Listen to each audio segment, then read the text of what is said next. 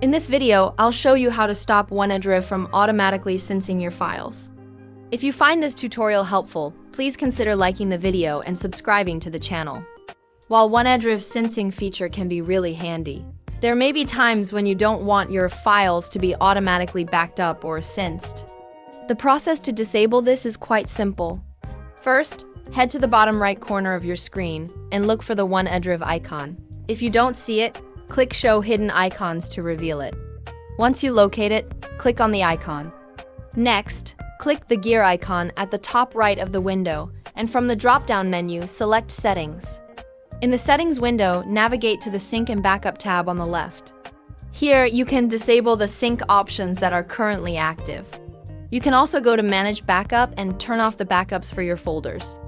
Once you've made the changes, be sure to click Save Changes to confirm. That's it. Now OneDrive will no longer automatically sync your files.